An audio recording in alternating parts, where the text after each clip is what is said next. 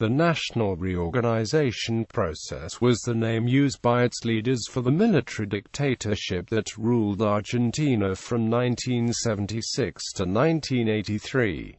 In Argentina, it is often known simply as la última junta militar or la última dictadura, because there have been several. The Argentine military seized political power during the March 1976 coup, amid violent factional conflicts between supporters of recently deceased President Juan Domingo Perón.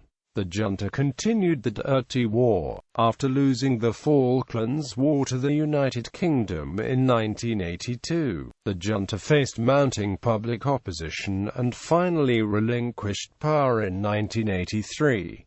Background: the military has always been highly influential in Argentine politics, and Argentine history is laced with frequent and prolonged intervals of military rule. The popular Argentine leader, Juan Perón, 3 times President of Argentina, was a colonel in the army who first came to political power in the aftermath of a 1943 military coup. He advocated a new policy dubbed justicialism, a nationalist policy which he claimed was a third way, an alternative to both capitalism and communism. After being re-elected to the office of president by popular vote, Perón was deposed and exiled by the Revolution Libertadora in 1955. After a series of weak governments, and a 7-year military government, Perón returned to Argentina in 1973. Following 20 years exile in France while Spain, amidst escalating political unrest, divisions in the Peronist movement, and frequent outbreaks of political violence, his return was marked by the June 20, 1973 Ezeiza massacre, after which the right-wing Peronist movement became dominant. Perón was democratically elected president in 1973, but died in July 1974.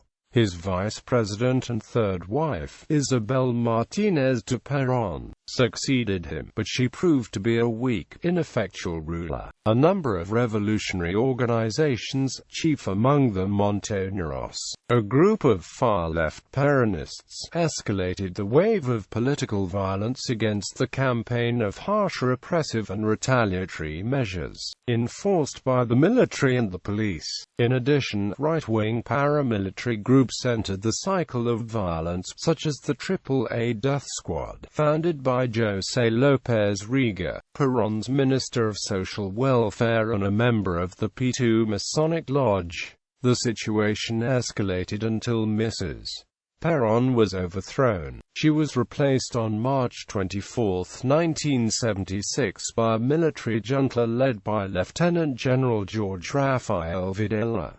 Dirty War. Official investigations undertaken after the end of the Dirty War by the National Commission on the Disappearance of Persons documented 8,961 desaparecidos and other human rights violations, noting that the correct number is bound to be higher. Many cases were never reported when whole families were disappeared, and the military destroyed many of its records months before the return of democracy. Among the disappeared were pregnant women, who were kept alive until giving birth under often primitive circumstances in the secret prisons. The infants were generally illegally adopted by military or political families affiliated with the administration, and the mothers were generally killed. Thousands of detainees were drugged, loaded into aircraft, stripped naked and then thrown into the Rio de la Plata, the Atlantic Ocean, to drown in what became known as death flights. The film The Official Story, which won the Oscar for the Best Foreign Film category in 1985, addresses this situation. The Argentine Secret Service side also cooperated with the DINA in Pinochet's Chile and other South American intelligence agencies.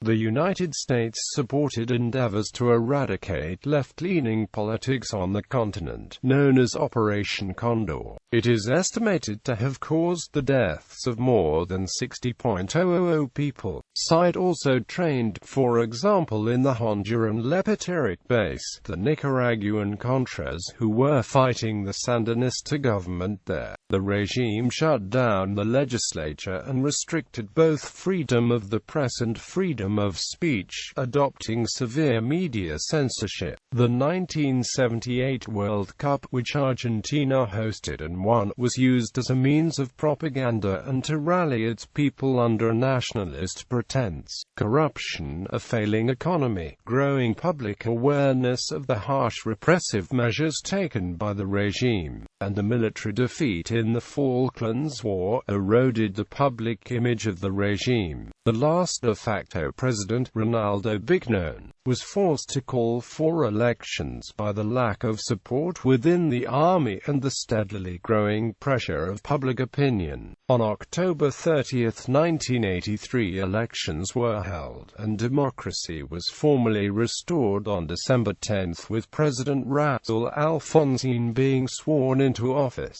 Economic policies. Videla appointed José Alfredo Martínez de Hoz as Minister of Economy, charged with stabilizing and privatizing state-owned companies, along what would later be known as neoconservative lines. He was opposed by General Ramón Díaz, the Minister of Planning, who favored a corporatist model, with the state retaining control of key industries. Although Díaz resigned military officers, many of whom looked forward to jobs running state enterprises, blocked Martínez de Hoz's privatization efforts. Meanwhile, the junta borrowed money abroad for public works and social welfare spending. Martínez de Hoz was forced to rely on high interest rates and an overvalued exchange rate to control inflation, which hurt Argentine industry and exports. The junta's economic policies also led to a diminishing of living standards, increasing inequalities in a country where, before the military government took office, 9% of the population lived in poverty while the unemployment rate stood at 4.2%.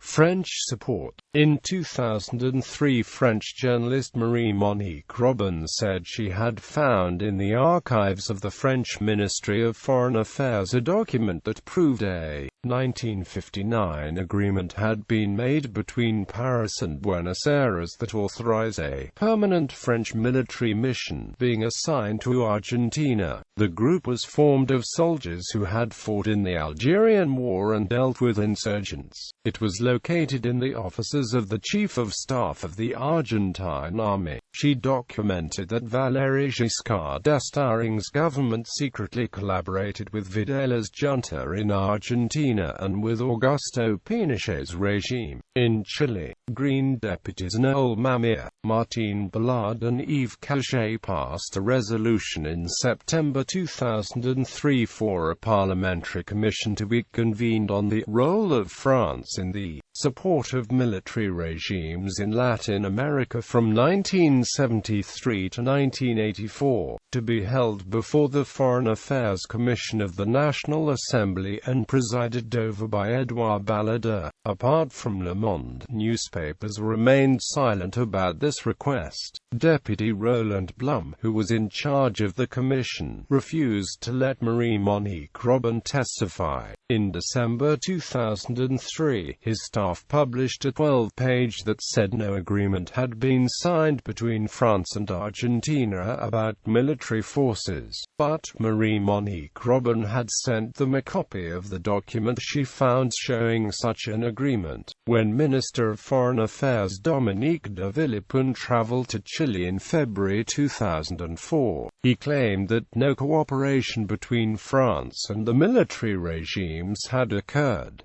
Attitudes of the United States and British governments.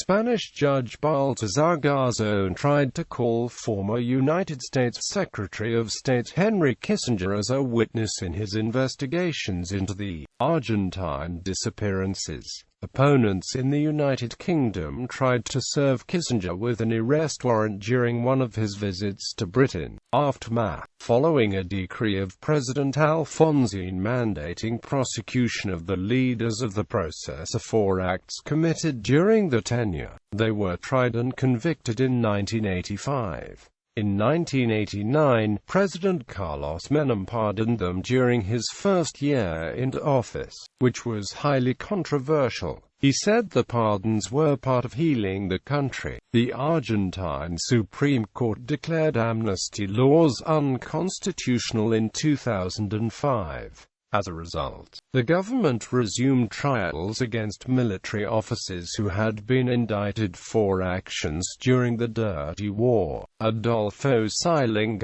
an Argentine naval officer during the junta, was tried for his role in jettisoning drugged and naked political dissidents from military aircraft to the deaths in the Atlantic Ocean during the junta years. He was convicted in Spain in 2005 of crimes against humanity and sentenced to 640 years in prison. The sentence was later raised to 1,080 years. Christian van Duernisch, a Catholic priest and former chaplain of the Buenos Aires Province Police, was arrested in 2003 on accusations of torture of political prisoners in illegal detention centers. He was convicted at trial, and on October 9, 2007, the Argentine court sentenced him to life in prison. A major trial, nicknamed the ESMA Mega Trial, of 63 people accused of crimes against humanity during the 1976 to 1983 dictatorship, including those involved in death flights, was reaching its close in July 2015.